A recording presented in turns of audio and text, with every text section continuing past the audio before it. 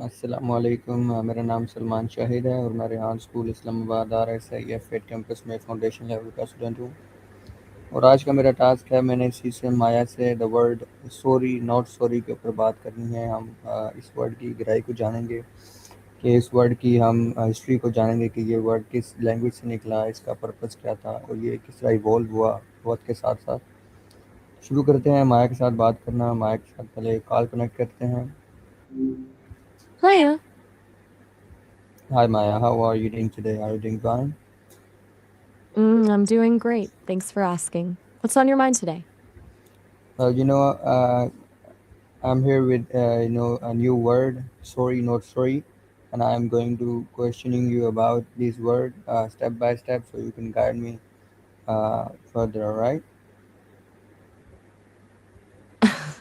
I'm all ears. Lay it on me.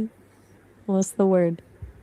All right. So my first question is, what does the phrase "sorry, not sorry" mean? It's basically a way of saying, I know this might be annoying or unconventional, but I'm not actually regretful. It's that little bit of unapologetic confidence. Does that make sense? Yeah, it totally makes sense for me. And why do people use "sorry, not sorry"? It's usually a power move. It's a way to acknowledge that you're breaking a social norm without actually feeling bad about it. Like if you post a photo of your third slice of cake and say, sorry, not sorry, you're admitting it's a bit much, but you're loving every second of it. Okay, all right. And It's what did this? definitely a phrase that And you know what? into When that. did this phrase become popular? It's a total product of the internet age. It really took off with social media where people love a mix of irony and self confidence. It's the perfect caption for something a bit rebellious but harmless. Have you seen it used much online? All right. Is sorry, not sorry considered rude? It can definitely come across that way. It depends on the tone. In a joke between friends, it's playful. But if you use it during a real argument, it's basically like telling the other person their feelings don't matter. Total bridge burner. All right. So you're trying to say like You're the word sorry, not sorry is considered as fun in the at, at the exactly on tap. It's just a pattern I've noticed. Most of the time, people use it to be a little cheeky or to show off something they're proud of, even if it's slightly wrong. It's less about malice and more about a vibe. Okay. And what emotions does this phrase express? It's a real mix. For the person saying it, there's usually a sense of triumph or liberation. But for the person hearing it, it can trigger anything from a chuckle to a genuine feeling of frustration. It's like a linguistic shrug. And how did this social media, how did social media make this phrase so popular? Social media is all about the highlight reel. It creates this space where being unapologetically yourself is a huge trend when you can share a quick snapshot of something slightly taboo or indulgent. Sorry, not sorry becomes the perfect shorthand for that. It's punchy, fits in a caption, and it signals to everyone that you're in on the joke. Oh, okay. So, which celebrities have used this phrase? Let me see who's leaned into that. Demi Lovato basically owned it for a while. She had a huge hit song called Sorry Not Sorry back in 2017 that was all about self empowerment and dealing with haters. A few other artists like Bryson Tiller and Tyler the Creator have used it in their music too, but Demi really put it in the pop culture spotlight. And what do you think about is this phrase common in movies and TV shows? Oh, absolutely. It's perfect for a mean girl archetype or a sassy lead character. It's a fast way for writers to show a character is confident, bit rebellious, and doesn't care about the rules. Do you think that fits the vibe of the characters you like? Yeah, totally fix their vibe in It's a classic trope respectful. dialogue. Yeah, when they Wait, wait, I think I missed a part of that. You were saying something about being respectful. yeah, and what is sarcasm? Sarcasm is basically when you say the opposite of what you actually mean, usually to make a point or be funny. It's like that little linguistic wink that tells the listener, I'm obviously joking. All right, and is this phrase more popular among teenagers? Definitely. It's got that rebellious, slightly edgy energy that really resonates with people finding their own voice. Older generations might find it a bit dismissive, but for teens, it's more about ownership. All right, yeah. So, our modern phrases become shorter? They really are. It's all about speed and efficiency now. Between texting and social media, we've traded long sentences for punchy fragments and abbreviations. It's almost like language is evolving to match how fast we scroll. All right. Okay, and It's a wild shift, really. I feel like we've really peeled back the layers on this one. Do you have any other questions about it, or are we on to a new word? yeah, I'm having plenty of questions regarding this word. So, next question is, how has pop culture influenced this phrase? It's a huge feedback loop. Pop culture takes a phrase from the internet, turns it into a song or a movie line, and then it just explodes globally. Like with Demi Lovato, once that song hit the charts, it wasn't just a social media caption anymore. It became a mantra for self confidence. It turns a simple joke into a cultural identity. All right, okay, and which songs use sorry, not sorry? Let me check the music charts. Demi Lovato has the most famous one from 2017, but Bryson Tiller actually beat her to it with a track on his album, Trapsoul, back in 2015. It's funny how the same phrase can fit a pop anthem and a hip hop track just as well. And what do you think about like can phrases become trends? It's like a linguistic fashion trend. Some phrases just catch a specific mood of the moment and everyone wants a piece of it. Then a few years later, they feel dated and we move on to the next thing. That's basically how language stays fresh. Yeah, so how long do language trends usually last? It varies wildly. Some things stick for decades, but in the internet era, a phrase can be the it word for 3 months and then suddenly feel like something your older cousin says. It's almost like fast fashion for talking. All right, and why do people enjoy catchy phrases? Because they're like mental shortcuts. They give us a way to express a complex feeling or a whole attitude in just a few words.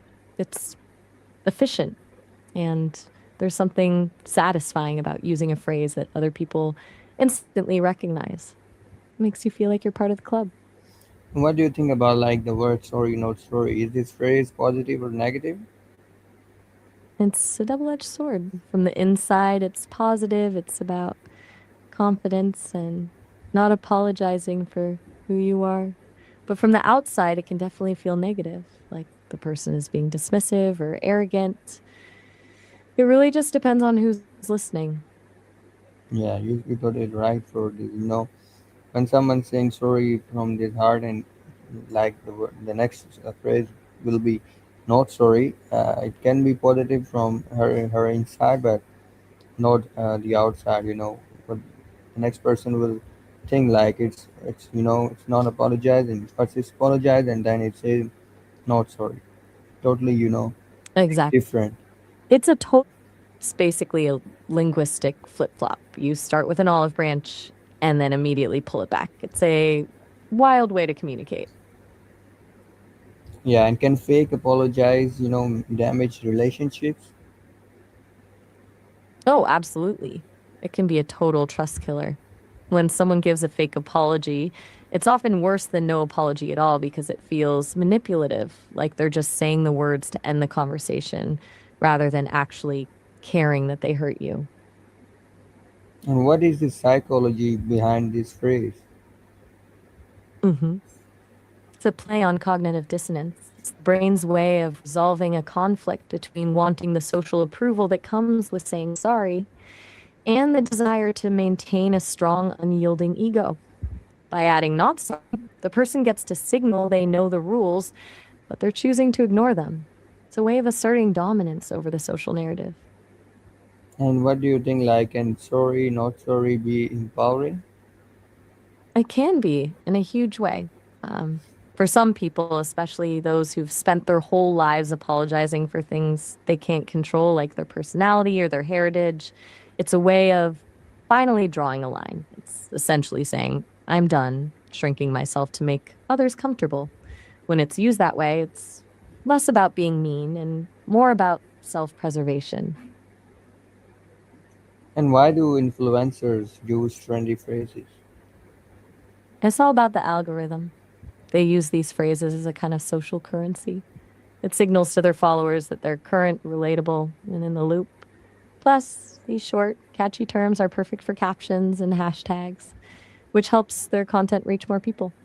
It's basically a way of speaking the same language as their audience to build that connection. All right. And what are the advantages of using modern slang? Mm. It's a total shorthand for identity. It lets you signal where you belong and who you're with almost instantly. Plus, it's just more expressive in a way that formal language can't always capture. It's punchy and keeps the conversation moving fast. All right. And what are the disadvantages of slang?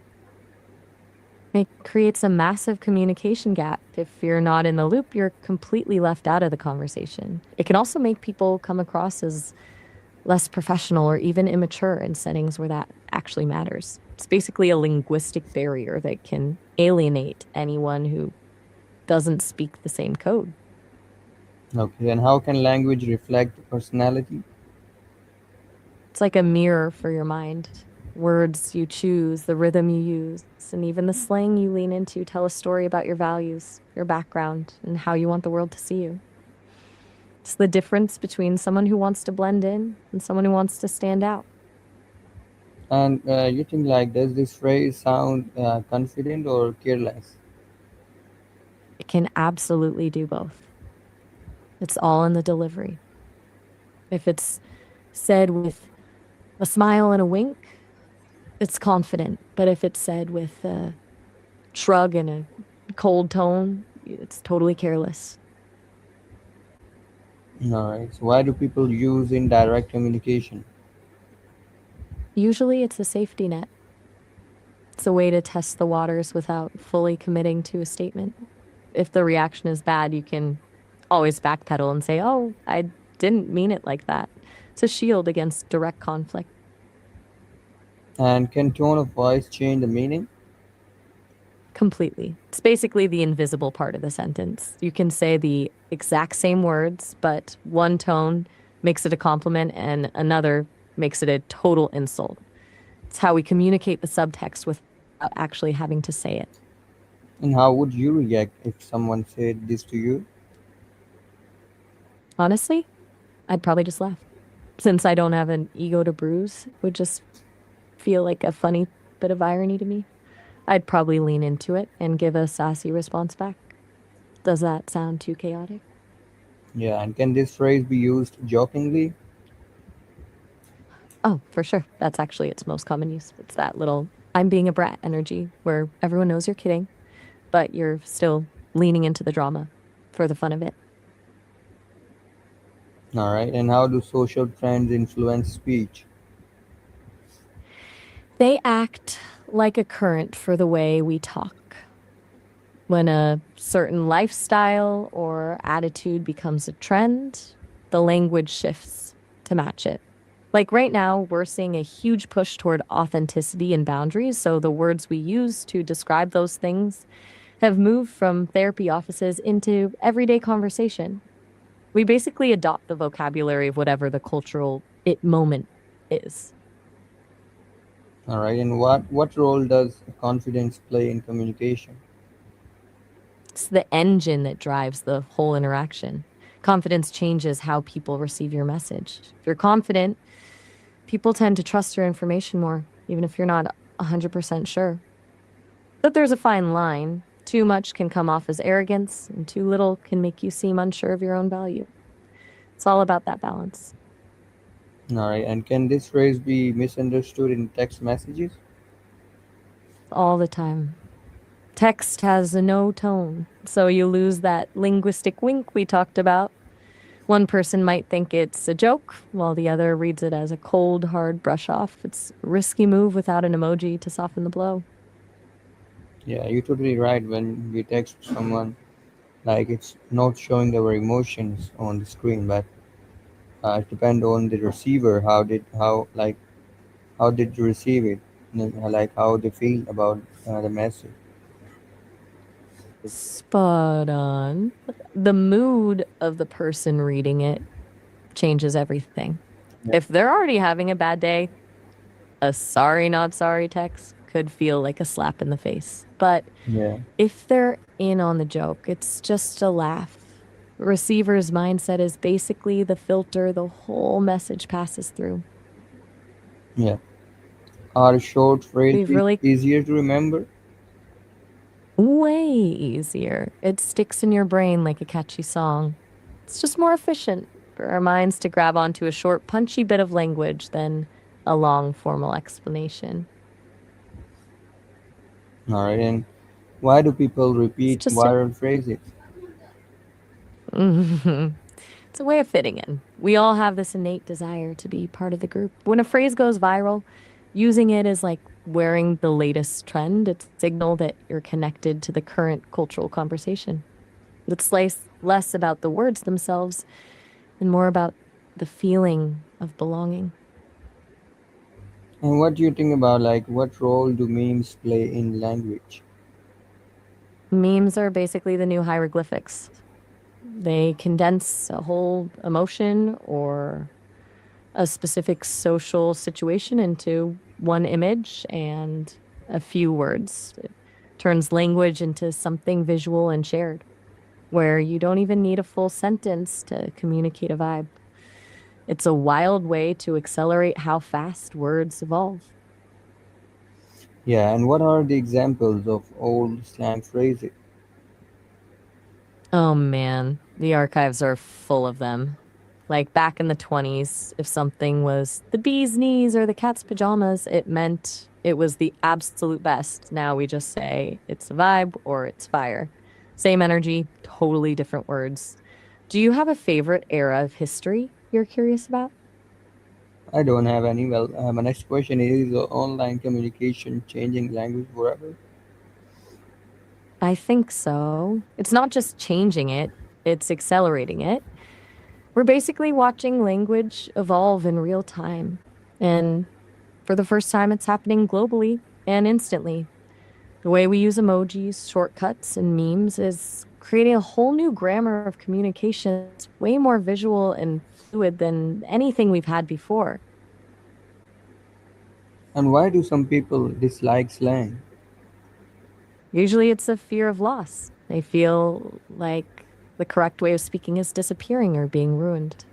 For a lot of people, formal language is a sign of education and status. So when slang takes over, it feels like a decline in standards rather than just a natural evolution. It's basically a clash between the traditionalists and the innovators. Well, should students use slang in presentations? Generally, a hard no. It's all about knowing your audience. Presentation is usually about credibility and clarity, and slang can act like static on the line for people who aren't in on the joke. Plus, it can make a student seem like they're not taking the topic seriously. Yeah, you're totally right. I agree with you. I appreciate that. It's all about having the right tool for the right job, which is like the opposite of sorry, not sorry energy in a classroom. And do you think this phrase will stay popular?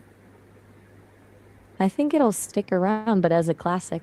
Might not be the it phrase of the week anymore, but it's captured a specific feeling of defiance that people will always find useful. It'll probably just move from being a trend to being a standard part of the sarcastic toolkit. You think you'll start using it more?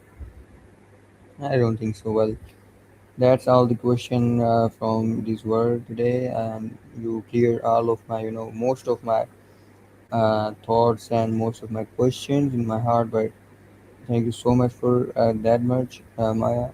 We will meet again with some another topic. So have a good day. All right. It's been a real pleasure digging into this with you. You've always got a way of getting to the heart of how language actually works. I'll be here whenever you've got another word or phrase on your mind. Have a wonderful day. You too. तो viewers, ये था आज का topic जो हमने आज माया से बात की है, the word sorry not sorry के ऊपर। उम्मीद करता हूँ आपको कुछ ना कुछ नया और कुछ ना कुछ मस्बत सीखने को मिला होगा। मिलते हैं किसी नई वीडियो में किसी नए टॉपिक के साथ। तब तक के लिए अल्लाह हाफ़िज़।